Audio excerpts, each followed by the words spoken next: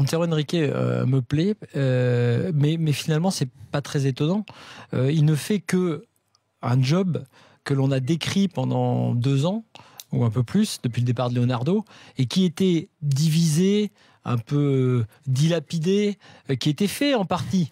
Mais quand tu as un interlocuteur qui consacre, qui a le titre, qui concentre tous les appels, toutes les demandes, qui est le réceptacle de tout, qui est celui qui impulse et qui bosse, parce que je peux te dire que là, le nombre de déplacements, de rencontres, y compris avec les joueurs de l'effectif actuel, et effectivement, pour ça je vais rebondir sur ce que dit Daniel, sur ce qui se prépare. Alors moi, je suis pas dans les secrets des dieux, et notamment dans les infos de Momo Boissy qui a ça dans les tuyaux, mais quand même on a quelques infos. Mais moi je suis séduit, mais je veux quand même dire que je tombe pas de ma chaise. Je dis juste que ça montre aussi à quel point le PSG a perdu du temps.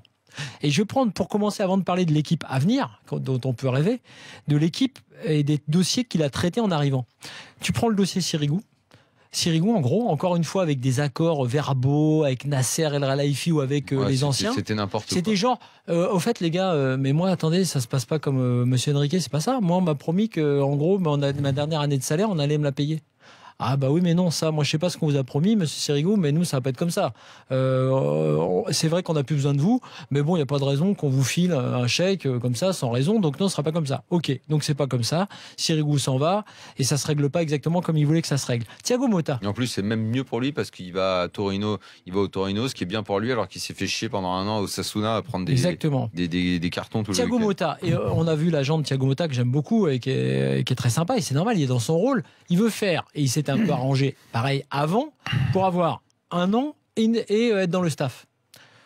Et c'est pas forcément l'idée d'Henrique. Et moi, je dirais même, si je ne sais pas exactement ce qu'Henrique a dit à Thiago Motta, je dis juste, le PSG, ça doit pas être l'assurance vie ou l'assurance vieillesse, entre guillemets, des mecs. Maxwell, il termine, bam, il est dans le staff. Thiago Motta, moi je prolonge, mais après je vais être dans le staff. Ibra, on avait dit à une époque, s'il veut, il sera ambassadeur, il sera dans le staff. Non mais attendez les gars, c'est pas une caisse de prévoyance quoi, le PSG pour des stars en fin de carrière.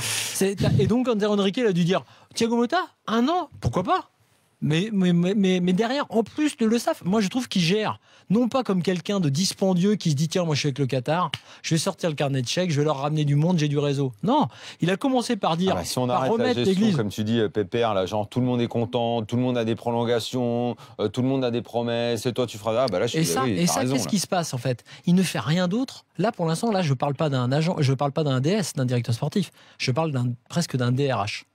Là, il fait un job de DRH que Nasser lui a un peu pourri par sa gestion de copinage, là, tu vois, qui va peu à peu s'estomper. Et maintenant, j'en viens au principal pour ceux qui, évidemment, sont fans du PSG, sur les dossiers et sur les transferts qu'il va réaliser. Sur les pistes dont tu as parlé, Daniel, Mbappé ou Agüero. Bon, bah voilà, si tu as l'un des deux, déjà, t'es bien. On a beau dire, mais voilà, on est dans du gros. Voire pour moi Mbappé énorme par rapport. Là, je sors du sport par rapport à. En fait, ce club a besoin, même s'il sera jamais totalement aimé. Je connais la thèse de Daniel, puis elle est facile à comprendre en France par rapport à ce que représente Paris. Ce club a besoin d'être un peu plus aimé. C'est-à-dire que c'est pas avec Ibra, même si Ibra a apporté quelque chose à un moment donné. Si, il a quand même apporté un peu de ce côté-là. Il y a pas mal de gens qui l'aiment bien. Mais il a apporté aussi. Il a continué dans l'idée que le PSG aimait se faire détester. Ce qui est pas mal aussi. Parce que c'est une image. T'es parisien, t'assumes aussi ça. Mais quelque part, ce club-là, il a besoin de se faire aimer comme. Quand, à l'époque de 93 avec le Real, c'est des matchs, ça c'est sûr, c'est le principal quand même. C'est le match aller contre le Barça qui aurait pu devenir mythique s'il n'y avait pas eu le retour. Mais c'est aussi des joueurs. Et Mbappé pourrait être ce genre de joueur. Je continue sur les joueurs. Même Donnarumma dans les buts, pourquoi pas. Guerrero, côté gauche, pourquoi pas. Et puis au milieu de terrain. Toujours dans l'idée du 3-5-2 que je t'ai vendu tout à l'heure. Guerrero à gauche, Meunier à droite. Et dernière chose, 2 attaquants et un milieu. Dernière chose avec la gestion à la fois de Motta et de Verratti. Rabiot, Verratti, Di Maria, ça a de l'allure là. Et même je rajoute Fabinho dans les pistes.